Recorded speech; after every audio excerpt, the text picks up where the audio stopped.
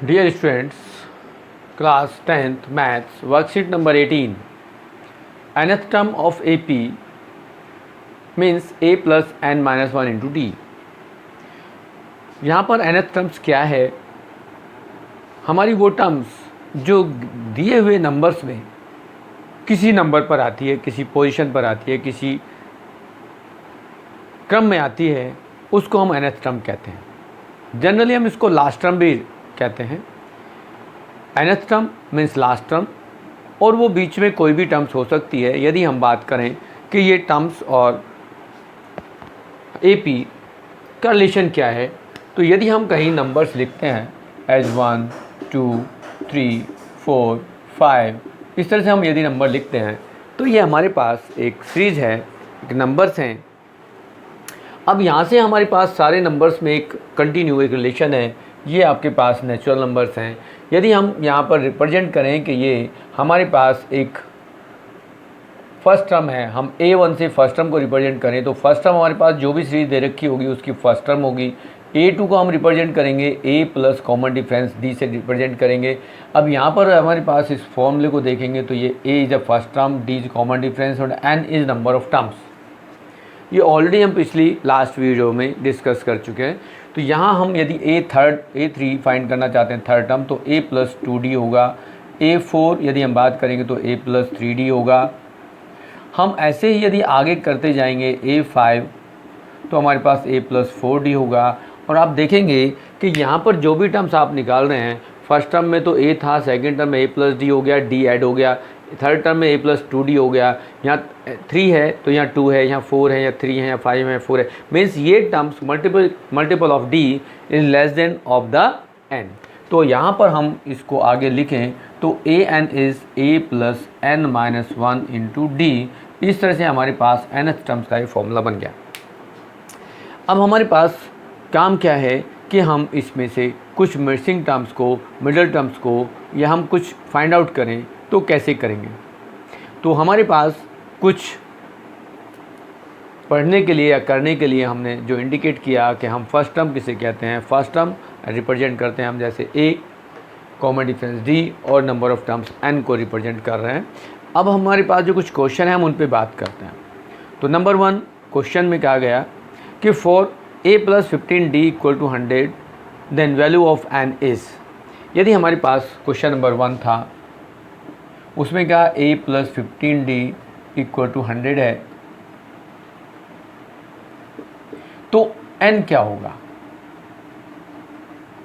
What is N।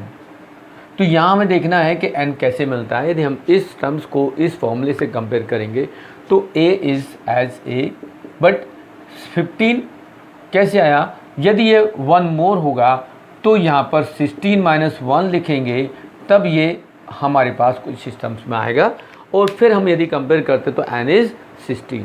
यदि हम इसको कंपेयर कर लें या हम N माइनस 1 को इससे यूज़ कर लें तो हमारे पास N की वैल्यू आ जाएगी।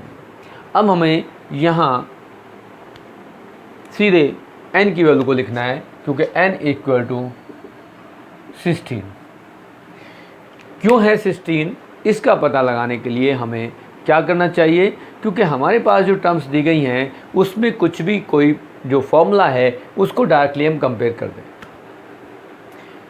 तो coefficient of D equal to N minus 1, और यहाँ कोएफिशिएंट ऑफ D क्या है, हम इसको इस तरह भी लिख सकते हैं कि N minus 1 coefficient of D equal to N minus 1, और यहाँ कोएफिशिएंट ऑफ इज 15, तो N equal to 15 plus 1 equal to 16। इस तरह से हम लिख सकते हैं। डायरेक्टली कंपेयर करोगे तो 16 हो गया। सेकंड पार्ट में क्या, find the 10th term of AP। तो सेकंड क्वेश्चन हमारे पास है, उसमें -43, -37 एंड -31, और ये हमारे पास सीरीज दी गई और कहा फाइंड A10। A10 हमें फाइंड करना है, 10th टर्म फाइंड करनी है। तो हमें क्या चाहिए, इस फॉर्मूले के अनुसार हमें चाहिए A, what is the first term is -43 and D common difference A2 minus A1 हम करेंगे तो A2 इज -37 और A इज -43, -37 एंड +43 मीन्स ये आपके पास डिफरेंस क्या आएगा, यहाँ आएगा 6, डी की वैल्यू 6 आ गई। एन आपके पास क्या है, एन यहाँ पर 10 है, तो यहाँ लेंगे A N equal to A plus N minus 1 into D, और A 10 equal to A is minus 43 plus N is 10 minus 1 into D 6 minus 43 and plus 9 into 6 minus 43 plus 9 6 54, और डिफरेंस क्या हो गया 11, और ये आपका जो 10th टर्म आई वो 11 आ गई। नेक्स्ट क्वेश्चन के लिए कहा है the value of N for an A P can negative, तो यहाँ आपका जो आंसर होगा वो नो होगा। क्वेश्चन नंबर 3 यदि आप देखेंगे तो इसमें आएगा no, it is not negative, N number of terms negative नहीं होती, तो हम इसको फॉल्स कहेंगे कि it is a false statement. Next और फोर्थ क्वेश्चन में कहा गया कि if S equal to 14 and S 12 is 124 find the value of D. अब आप इसको कैसे करेंगे, क्वेश्चन नंबर 4 में आपको कहा गया है कि आपके पास वैल्यूज़ गिवन है as A equal to 14 and A 12 equal to 124, और कहा है फाइंड डी,